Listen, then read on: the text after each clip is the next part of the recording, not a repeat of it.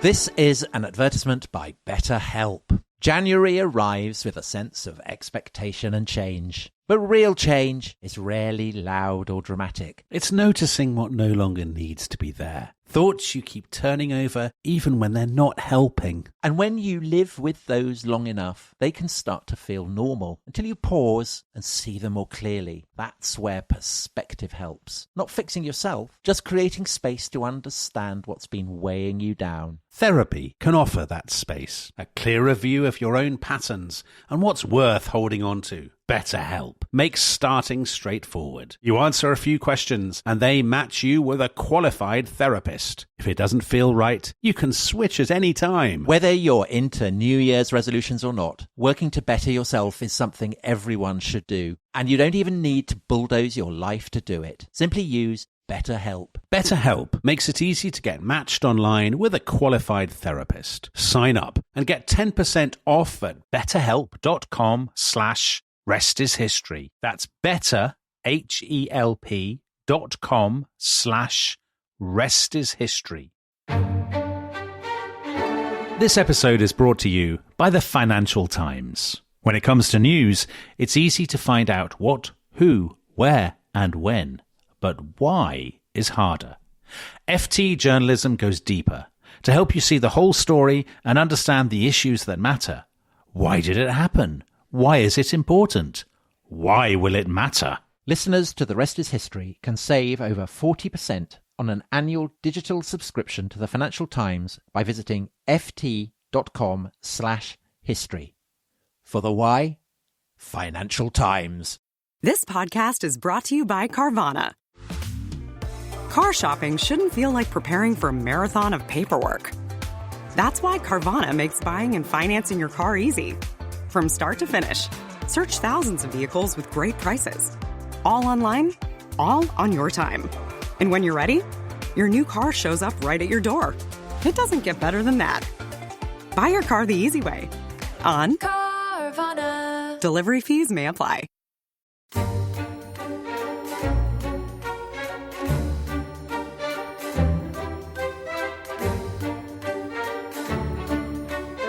The Duke, his aged grandsire, bore the shame till he could bear no more. He rallied his declining powers, summoned the youth to Brackley Towers, and bitterly addressed him thus. Sir, you have disappointed us. We had intended you to be the next Prime Minister but 3. The stocks were sold, the press was squared, the middle class was quite prepared. But as it is, my language fails. Go out and govern New South Wales. That was Hilaire Belloc, and that's the fate of Lord Lundy in one of his Belloc's cautionary tales, his poems published in 1907. And of course, governing New South Wales, which is the fate that awaits Lord Lundy, Tom, that's a fate worse than death for Edwardian Britain. Especially being lined up to become Prime Minister. Exactly. Although, by 1907, Australia had become federated. So Prime Ministers were being elected to run Australia. Yes, we have been thinking a great deal about Australian Prime Ministers in the last few hours. Speak for yourself, days. I've spent days on Australian Prime Ministers, prompted by the fact that by the time you listen to this, the Australian general election will have been held. Elections to the House of Representatives, which is, for British listeners, the equivalent of the House of Commons, and the Senate, which is the Australian equivalent of the House of Lords. And you will know who has won. By this point, tension, I know, excitement on the streets of Britain. Whether it's the Liberals, who are confusingly for British listeners, basically the Tories or Conservatives under Scott Morrison, or Labour, which is Labour under Anthony Albanese. I think I pronounced that right. Yeah. So you'll probably know, and I think Labour are mildly the favourites, aren't they? They're marginally ahead as at the time that we are recording this. They're just leading the opinion polls, aren't they? And the streets of Chipping Norton, Tom. Talking of little else. Little else, exactly. Well, so this follows in the wake of episodes that we've done on German chancellors prompted by the German elections last year, and French presidents prompted by the French presidential elections. And what's interesting is that I would say that to the British, and Dominic, we're not apologising for being British, are we? Never. I mean, we're being upfront about that to our many Australian listeners. That Australians seem like kin. Yeah. In so many ways. But we're politically much closer. We seem much closer to France and Germany. We have, Merkel and Scholz and Macron are political figures in our consciousness in a way that, by and large, Australian prime ministers have not been. That's so interesting, isn't it? Because everybody always thinks that we don't know enough about Europe and we're not sufficiently kind of plugged into Europe, and that all we care about is the Anglosphere and Anglo-Saxon carryings on. But actually, that's only true really of America. Most of these names, I'll be completely honest, until we started thinking about doing this podcast, and speaking as somebody who writes books about 20th century Britain, this is a terrible confession, but I hadn't heard of some of these Australian prime ministers. And it really reminds me of, so some listeners may remember that we had a guy called Andrew Preston. We've had him a couple of times on the show, professor at Cambridge, a Canadian, author of books about the Vietnam War and so on. And I can remember years ago him telling me that a Canadian prime minister had come to London. The former Canadian prime minister had come to the seminar, and Andrew was very excited, and he'd gone to this seminar. And it was patently obvious to him that nobody knew who this man was, even when he introduced himself. And I said, "Oh, that's terrible. People are so ignorant. Who was he?" And Andrew said, "Well, he was Joe Clark." And I'd never heard of Joe Clark. I wouldn't have recognized him in a million. I still wouldn't recognize him if he walked down the street. And I think it's a very interesting lacuna in Britain's sort of political consciousness that the prime ministers, or the politics more generally, of our sort of Commonwealth, as you say, our Commonwealth kin, are completely unknown in this country. So Australians, or indeed Canadians, listening to this may assume that this is kind of pommy snobbery and superiority, as evinced by the Hilaire Belloc with which we wittily began this episode. Yeah. But I think that there's a much more favourable explanation for it, which is that it reflects incredibly well on the stability and the sanity of Australian politics. Because basically, if your leaders are not intruding themselves on foreign consciousness, it generally implies that they're doing a good job. And I think that when you look at the evolution of Australia from its founding as a penal colony to the process where it becomes federated to now, it's an incredibly uplifting story. Actually, I mean, it pains me as a cricket fan, as an English cricket fan, to admit this. And I remember the first time I went to Australia, I so wanted to hate it, and it was I loved it so much. And it annoys me to have to admit that Australia is a much better run. It seems a much happier, much more saner country than Britain. Australian listeners may find this bizarre because, of course, their recent political history, they change prime minister about once every 18 months, and they're always stabbing each other in the back, as we will see when we get to the later stages.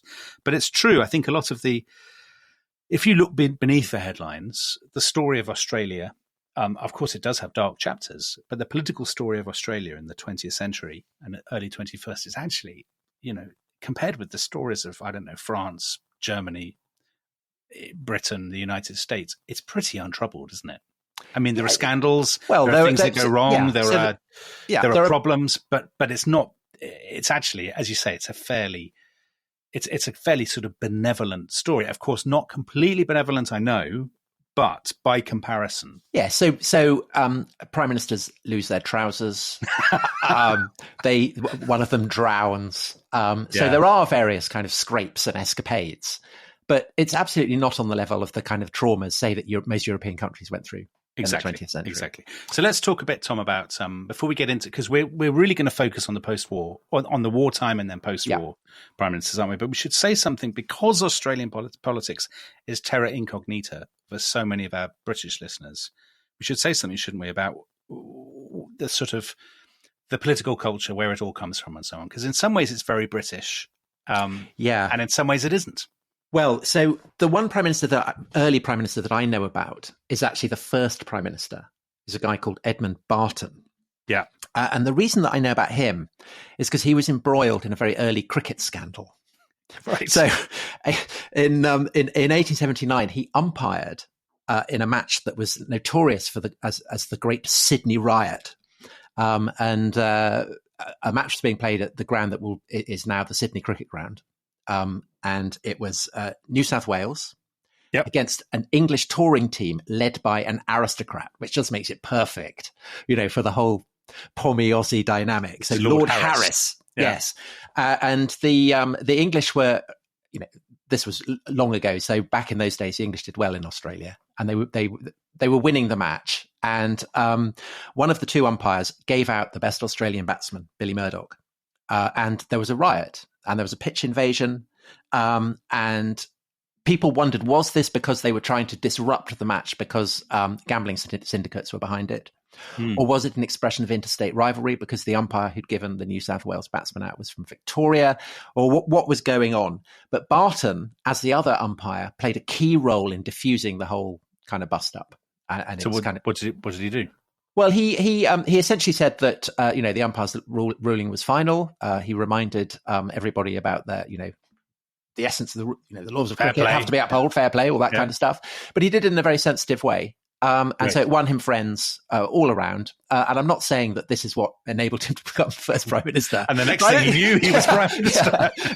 But I think it helped. And so he was very keen on Australia becoming a country. So he had this phrase: "A nation for a continent for a nation." Yes. So before that, Australia had been a series of colonies, hadn't it? New South Wales, Victoria, and so on, effectively administered by the Colonial Office. Yeah. And the pressure for, we'll talk a little bit about some of the attributes of Australian political culture, but the pressure basically comes because they think they'll be stronger if they're united in one federation. They say we have the same population now that the United States did when it became a nation, but also they're anxious, aren't they, about China and about that threat. Actually, was really interesting researching this, how that perceived threat has run right through Australian political history from the late 19th century to the present. This sort of sense of living next door to this giant, which one day will awake. So one of the reasons why federation is people in Australia vote in favour of federation is that British strategists have warned that unless they do, Australia is likely to be invaded by China. So even then, there is kind of anxiety about this lurking, this giant that's kind of. I can't help thinking that was pretty rich, given that actually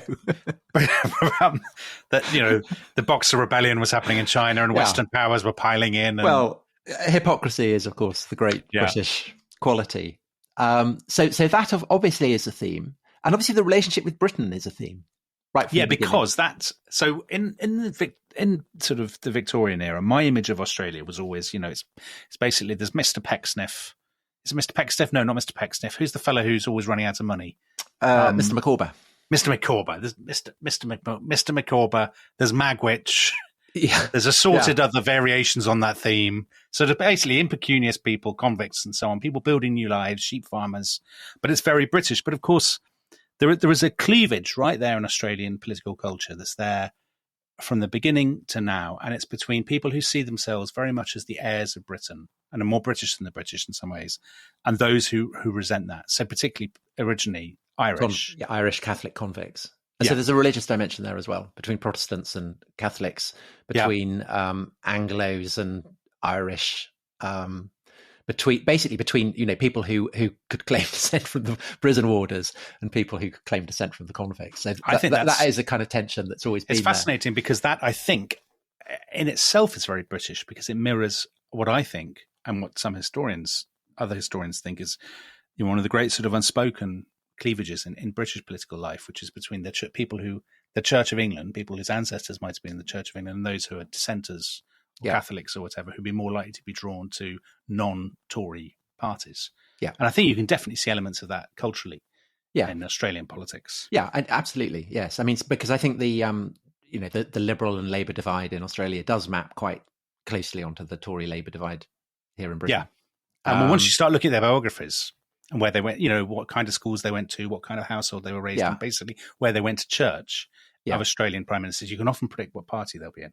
Not always, though, as we'll find out. No, not always. But the other thing that I know, because I've got your notes in front of me, Tom, because of your extraordinary Australian enthusiasm, you've produced these colossal notes.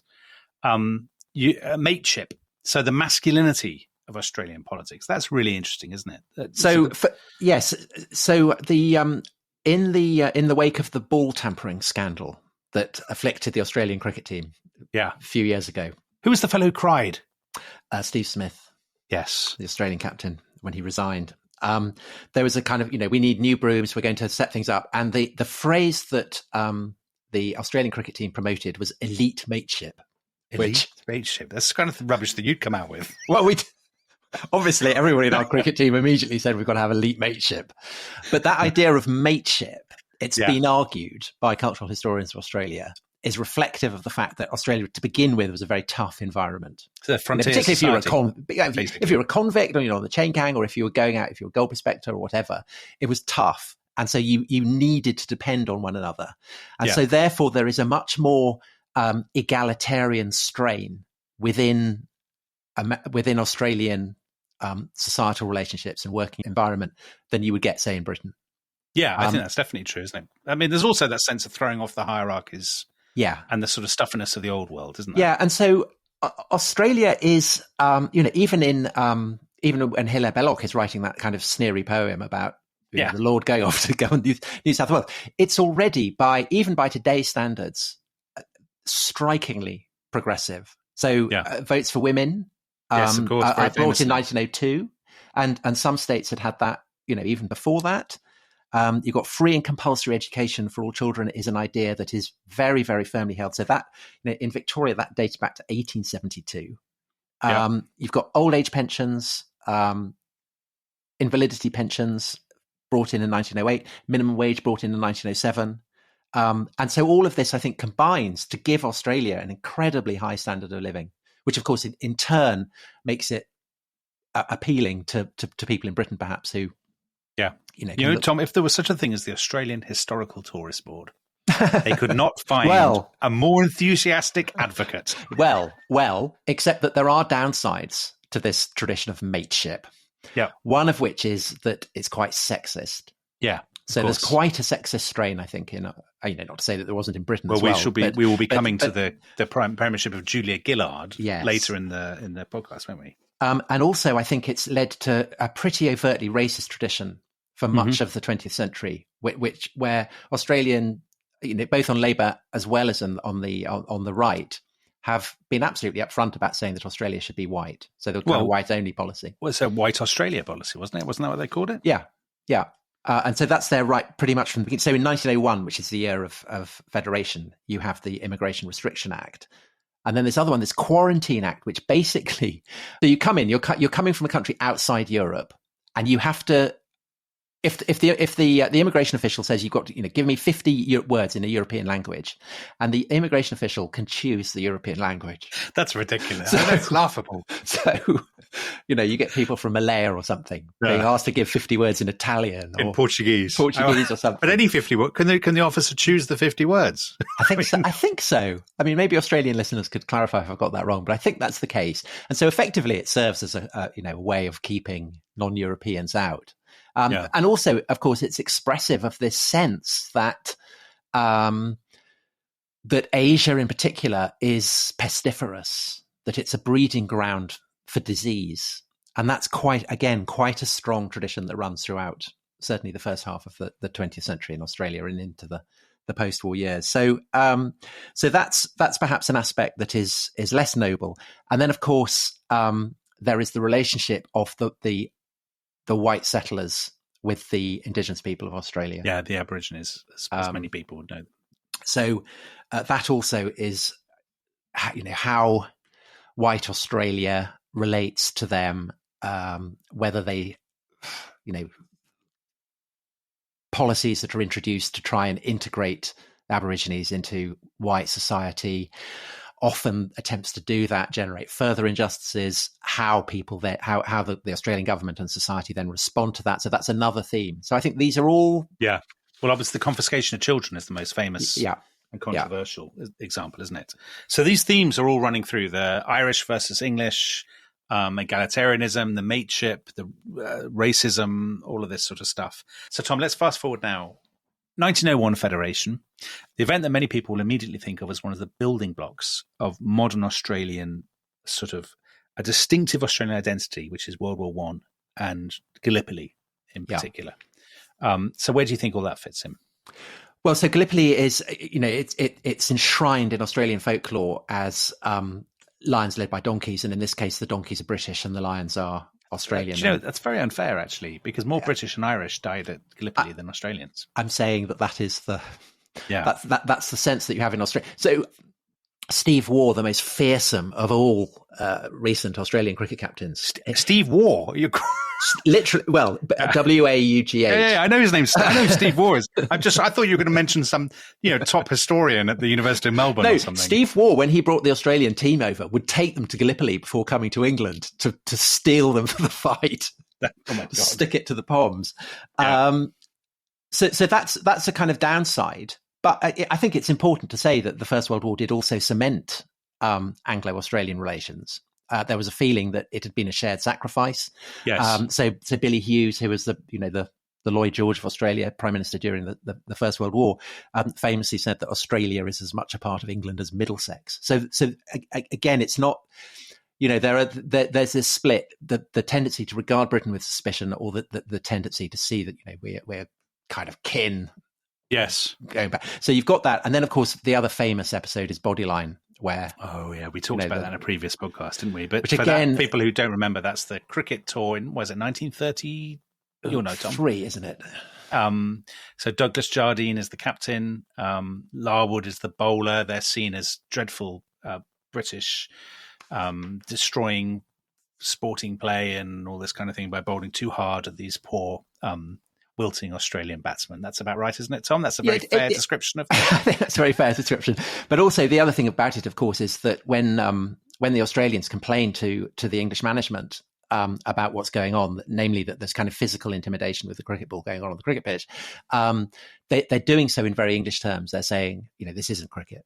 This is not how you play the game. So again, there is that kind of tension. And that, of course, then takes us into the Second World War, which is really the great dividing line. It is the great dividing line, isn't it? So let's start with the Prime Minister who is most associated, I suppose, with the Second World War, certainly the beginning of the Second World War, and that is Robert Gordon Menzies.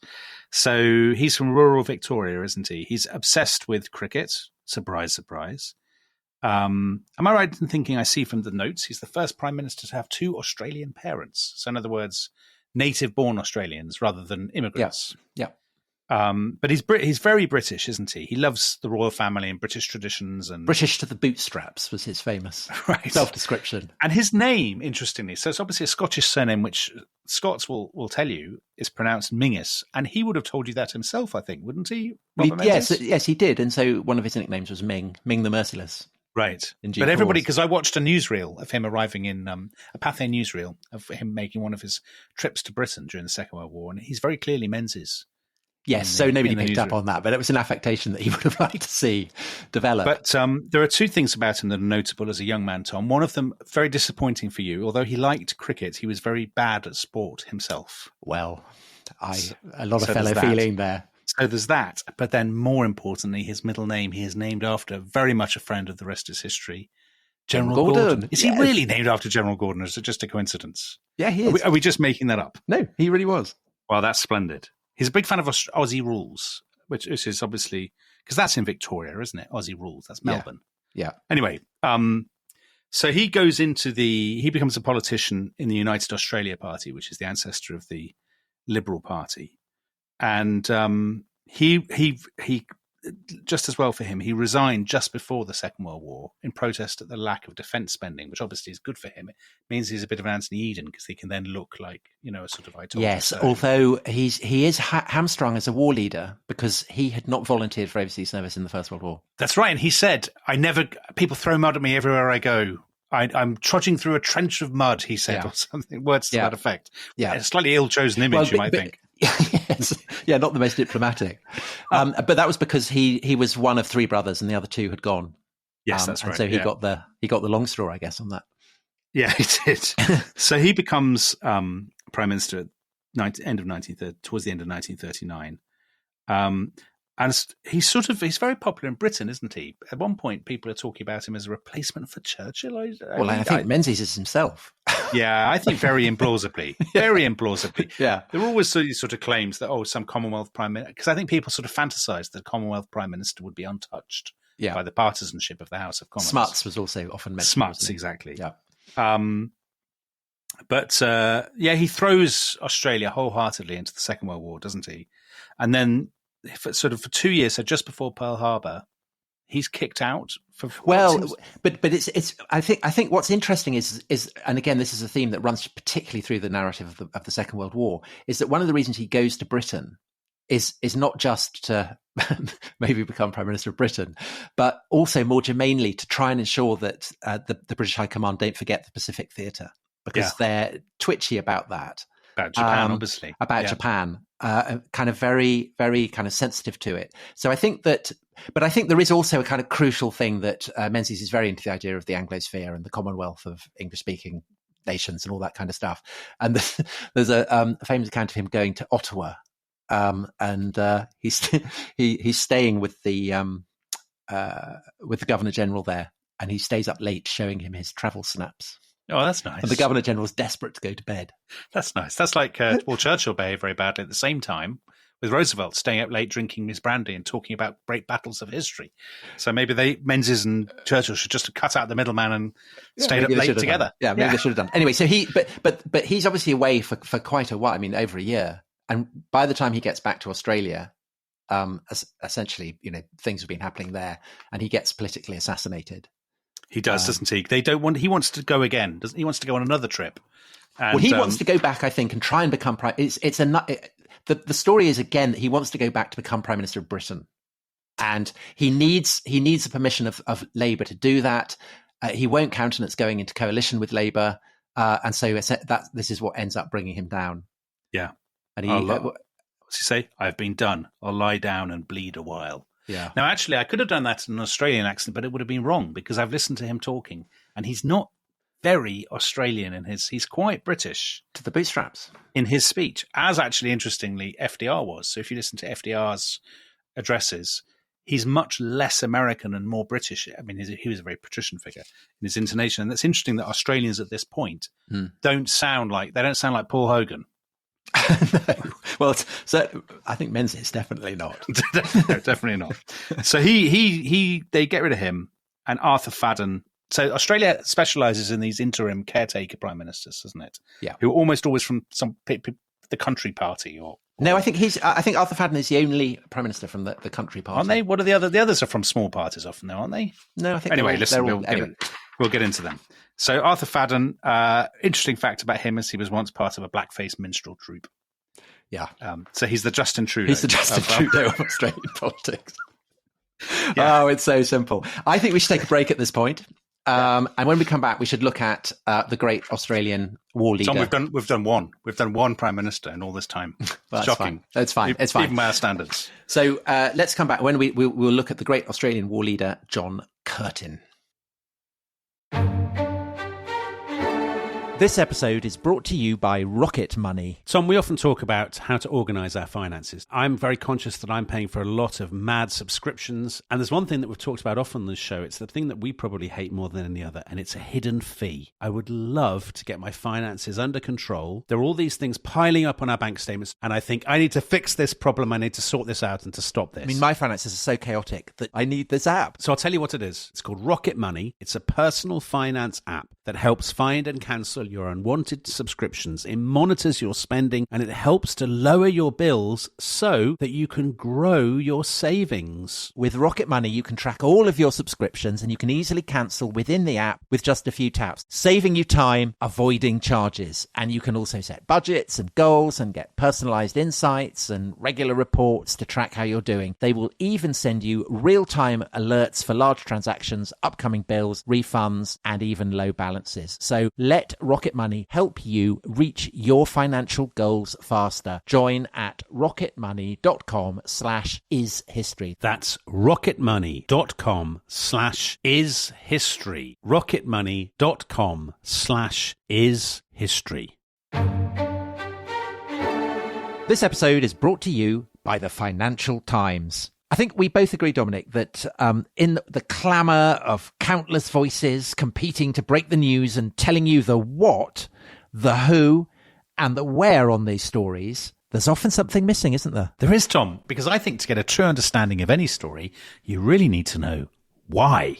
Take FT journalism. It goes deeper, providing the insight, analysis, and perspective to help you see the whole story and truly understand the issues that matter. Why did it happen? Why is it important? And why will it matter? I've got a brilliant example. So they had an article recently, a fascinating article about why populism became popular. And this Financial Times article absolutely delved into that. It was so interesting. And does it nail it? Yeah, it nailed it. Absolutely nailed it. And it really made me look at populism in a new light. Well, if you're interested in the why, we have good news. Yes, listeners to The Rest is History can save more than 40% on an annual digital subscription to the Financial Times by visiting ft.com/history. For the why, Financial Times.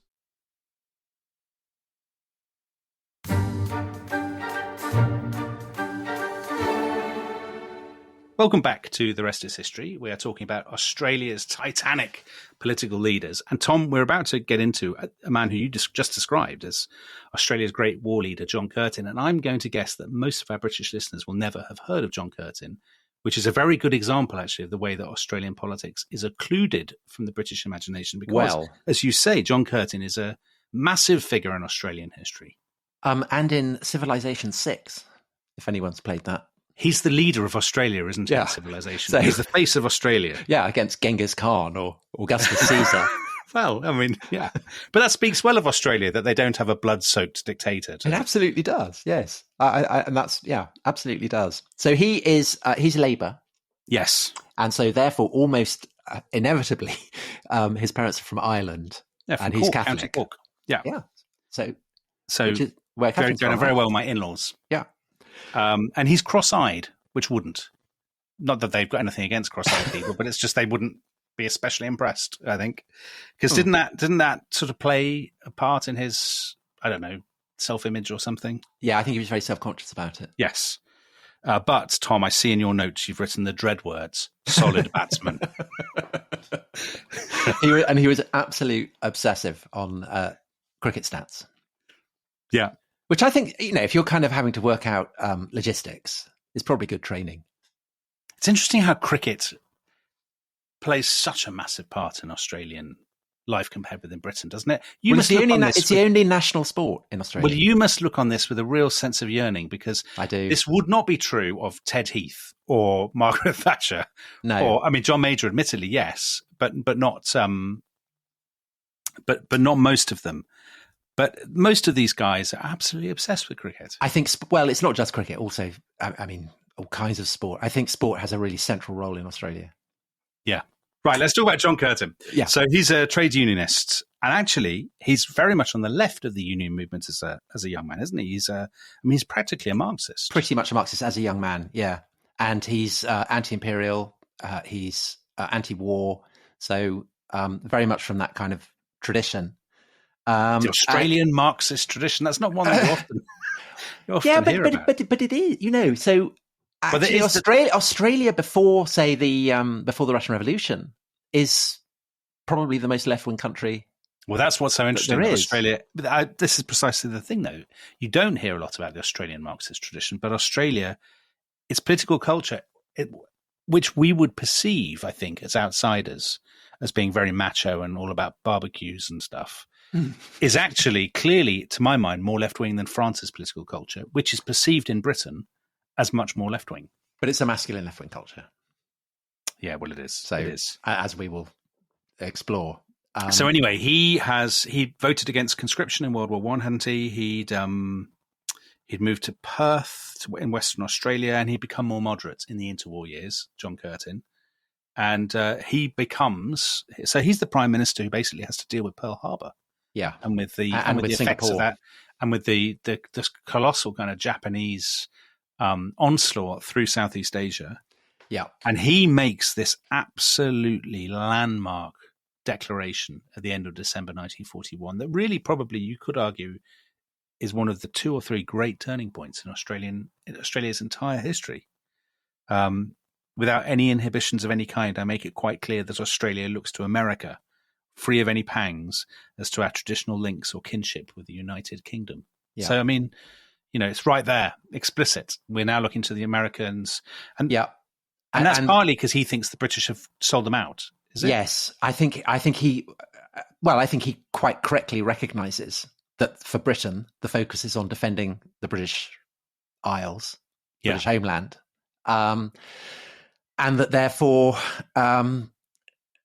say, Singapore is not as strongly defended as it might be, which is why the fall of Singapore, which follows in the wake of Pearl Harbor, is seen as such a, it's so calamitous for Anglo-Australian relations, because it's a humiliation for Britain, but it's a kind of, it's an existential crisis for Australians.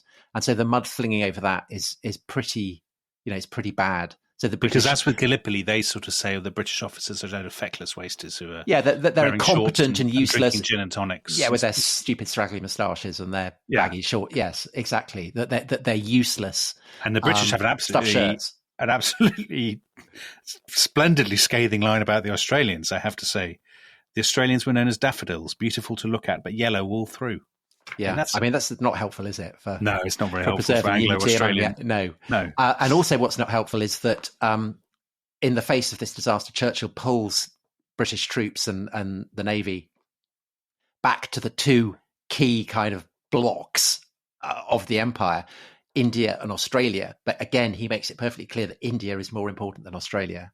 Yeah, the Australians are not happy, unsurprisingly, which is why they turn to the United States, and why I think you get from this point onwards. I mean, this is the sort of the thread that leads all the way through to Paul Keating in the 1990s, because he actually refers to this, doesn't he? He does, yes, yeah. So, I mean, it's still a kind of itch to scratch in the 1990s. And it becomes all the more kind of sensitive because Australia actually comes under attack. So the Japanese bomb Darwin. Yeah. In I think it's kind of early 1942, and then notoriously there's a Japanese submarine makes its way into Sydney Harbour and sinks a couple of ships. So Australians feel really, really vulnerable about this. Yeah. And you can see why they absolutely just go, okay, wait, Britain's useless. Let's sign up to America. Although interestingly, John Curtin himself never sort of disavows the link with Britain, because he says at one point about the White Australia policy, that we are the descendants of people who came here to, quote, to establish in the South Seas an outpost of the British race, and he's absolutely unapologetic about the. Yeah, I don't think there's a contradiction there.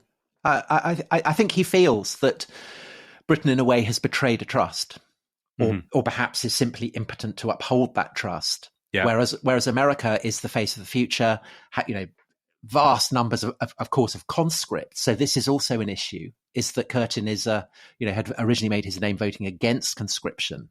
And I think he increasingly comes to feel that as Australia fills up with American conscripts who are defending Australia, it's simply unconscionable for Australia not to have an element of conscription themselves. And so, he brings in a law that basically conscription is introduced and that they can be posted outside the limits of Australia if that involves defending Australia. Well, he's clearly a man of iron principle, Tom, because he dies in July 1945, doesn't he? Just at the point the war is being won. And although he is of Irish Catholic parentage, he has turned his back on the Catholic Church, and not just turned his back, he's stormed out and slammed the door very firmly shut. Yeah. Because they bring him a Catholic priest, don't they, as he's dying. And he doesn't want to know him. Go away, mate. Yeah, is that what he said? Something like that, I imagine. But what's extraordinary is he would never set foot in a Catholic church, not even when his friends were getting married. He wouldn't go on principle. But that's a very Catholic form. It's very Catholic behavior, isn't it? Yes. Yeah, it is. So, it is. Yeah, I think it's still. So anyway, he is succeeded by a man who, now this is a confession that some people will think absolutely damning. That a man who I learn from online historical rankings of Australian prime ministers, and from research in the Bodleian, historians and political scientists, I learn by people in the know is regarded as one of Australia's absolute greatest prime ministers. And until about 4 hours ago, I don't think I'd ever heard of him. But Dominic, it's so interesting because, of course, he is in a way, he's the Clement Attlee. He is of Australia. We should tell people who he is because they won't know. Okay, so this is Ben Chifley. Ben Chifley, a name to conjure with. Who, again, very like Curtin, is of Irish descent. Yeah, he's from New South Wales, isn't he? He's a Labour Party, and he is an engine driver. And again, I just think it reflects tremendously well on Australia that, an engine driver can. We had engine drivers in Britain. Jimmy Thomas in the 1930s. Yeah, but he didn't become Prime Minister. No, he didn't. Our Prime Ministers went to Eton. Engine driver. They did. So it's on that he gets involved in the unions, and unions are very, very strong in Australia. Yeah. He kind of he's through the 30s, he's early 30s, he's Minister of Defence, and he loses his seat, has a really bad Great Depression. At one point, he's dependent on his wife's earnings. So has it really bad. 1940, gets back into Parliament.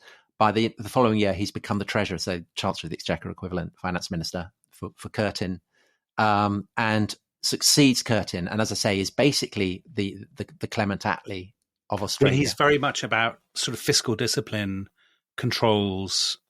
He's a sort of financial wizard, isn't he? Running the Australian economy, but he's also got the austerity of an Attlee, and he's got that very mid-century sort of Labour Party tradition, but austere, patriotic kind of man. Yeah. I mean, I think the thing that sums him up is this thing he's about being his dinner with the King, George VI. Yeah. So the King invites him to dinner, doesn't he, Tom? And he can't go because he's got no evening dress. But what happens? The King says that he'll wear a lounge suit. And so Chifley and the King go, and nobody else knows this. So the King and Chifley are the only two in lounge suits. I think that's a story that reflects absolutely splendidly on George VI. Yes.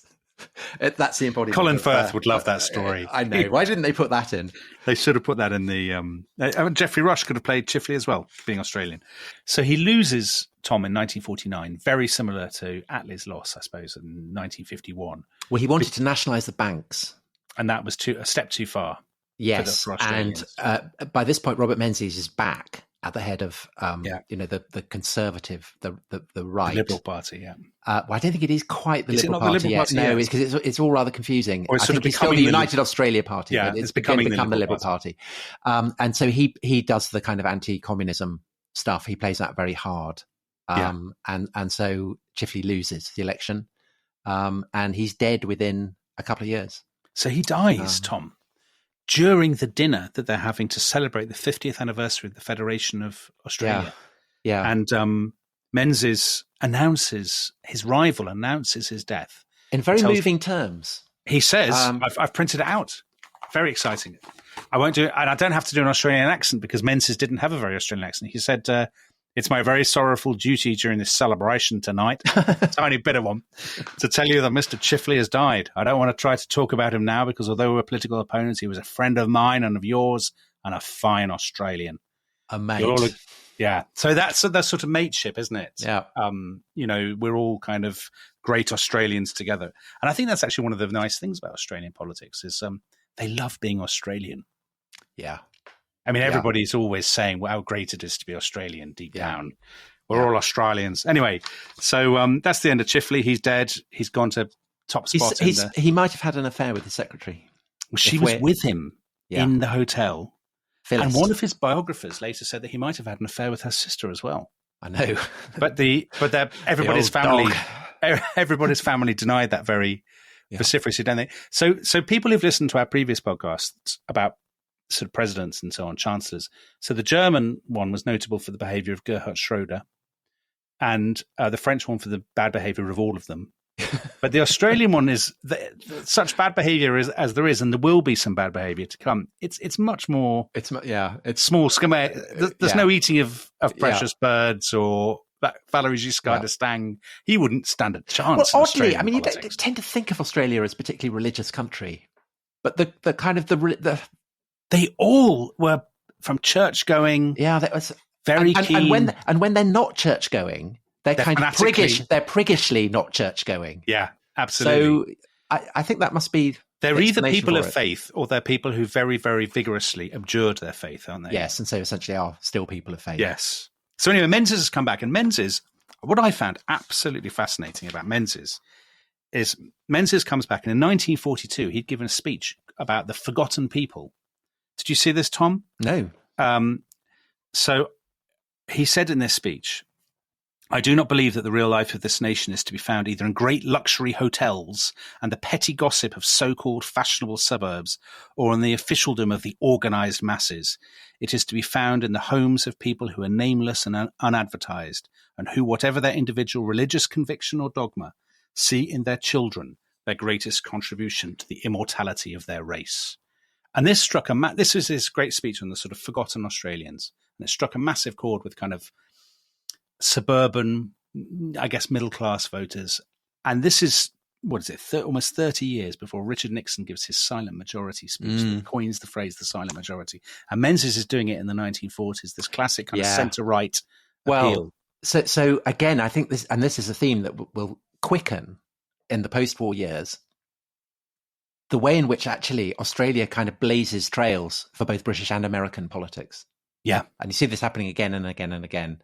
It's almost like it's a kind of American and British politicians look at it as a kind of laboratory where things are being tested out. I completely agree. And that's a kind of, intriguing I think, perhaps example. Because it's a, it's a very suburban society, Australia, isn't it? It's becoming a very suburban society in the mid-century, in sort of 50s, 60s. And it's sort of anticipating the suburban politics that you'll see, let's say, Margaret Thatcher, that she does with her appeal to kind of home ownership and stuff. Yeah, and I think that rather like hippies see Nixon as the embodiment of everything that they hate, oppressive, stuffy, parochial. Young intellectuals in Australia see Menzies in a similar way. Yeah. So, and that's why, all the kind of the big names who come to England, so Clive James and Germaine Greer and Barry Humphries, essentially what they're fleeing is Menzies. Yeah. And everything that he embodies. Yeah. The irony being, of course, is that, they're fleeing the Anglophile Menzies to come to London. Yeah, that's right. Well, they're fleeing the sort of the Australian affluent society to some extent, aren't they? A kind of complacent, conservative, affluent society. Yeah, and a kind of censoriousness. So there was a kind of famous case where a cafe named the Moulin Rouge in Sydney was fined for having on the cafe wall a copy of Toulouse-Lautrec's Woman Adjusting Her Stocking. And this was condemned as obscene. That's brilliant. So, that's why Germaine Greer would obviously put up with that. But that's the sort of, so famously, Jean Shrimpton was said to have pioneered the miniskirt. I think that's actually an exaggeration, at Melbourne, a Melbourne racecourse.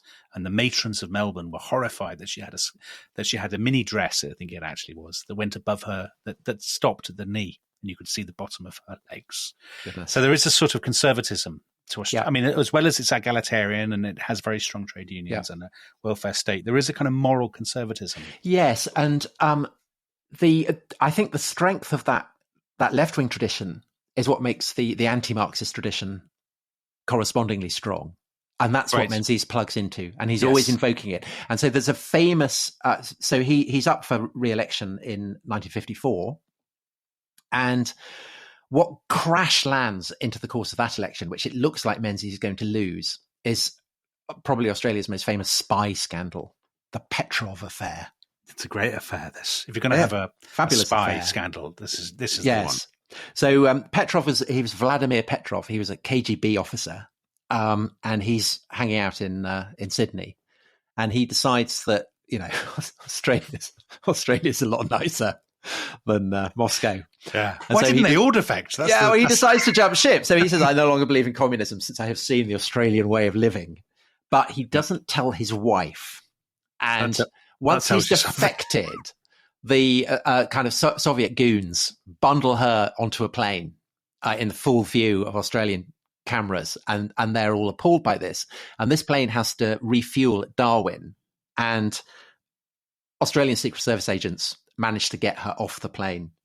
And obviously this is, damsel in distress, evil communists. Yeah. It's brilliant. And it enables Menzies to overcome the odds and to win the election. And so there's been this grumbling conspiracy theory that Menzies timed the announcement of Petrov's defection to sway the election. And maybe he did. I mean, well, I who knows? But he'd be a fool if he didn't. I gather from my extensive research into this. Yes. The consensus is that it wasn't Menzies who did this, but it's possible that the Australian Secret Service ensured that the timing would be right.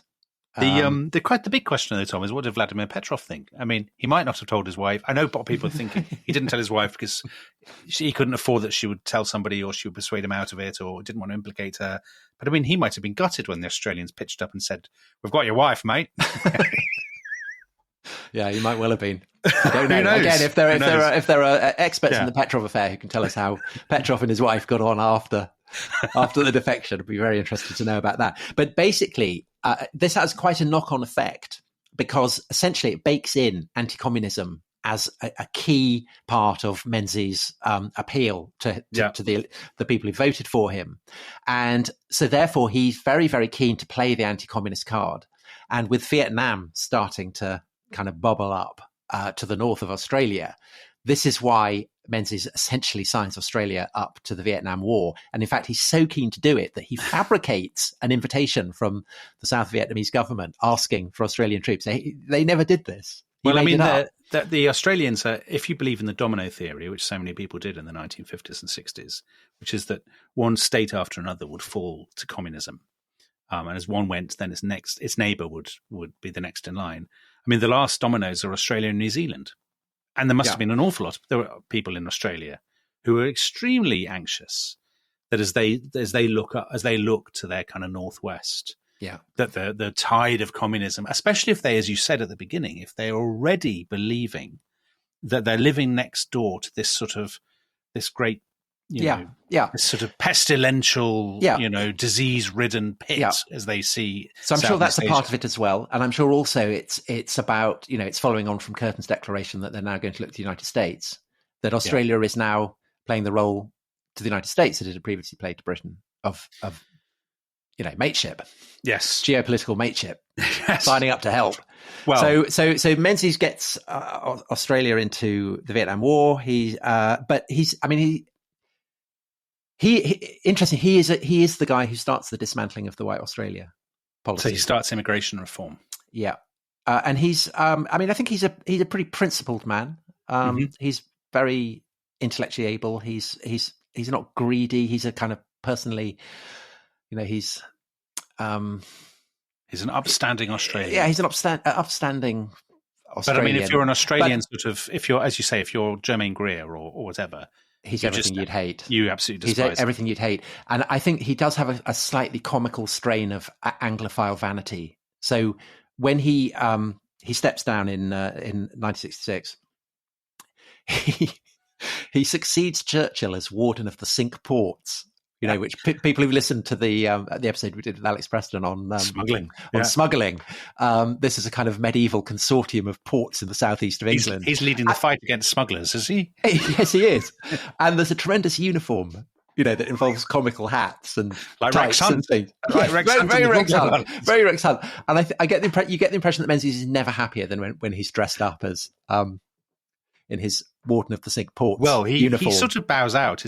One of his last great sort of public appearances, Tom, could not be more, Anglo-Australian relations, could it? So it's 1977. Yeah. The centenary ashes, the centenary test in the MCG. Yeah, and he's knighted by the Queen in the long room of the MCG, which is the Melbourne Cricket Ground. Yeah, what a way to get a knighthood.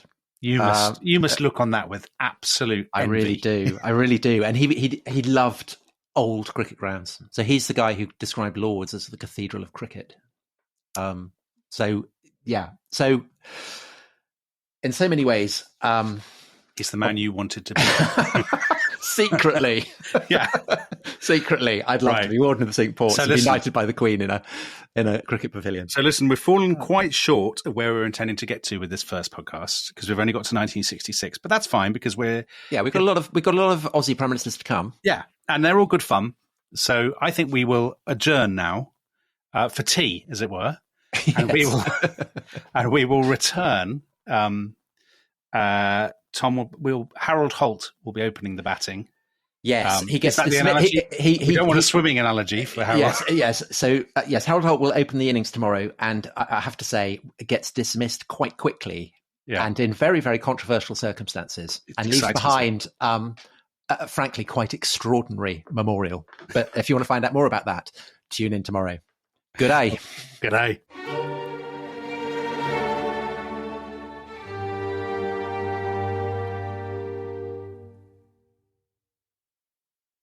Thanks for listening to The Rest is History.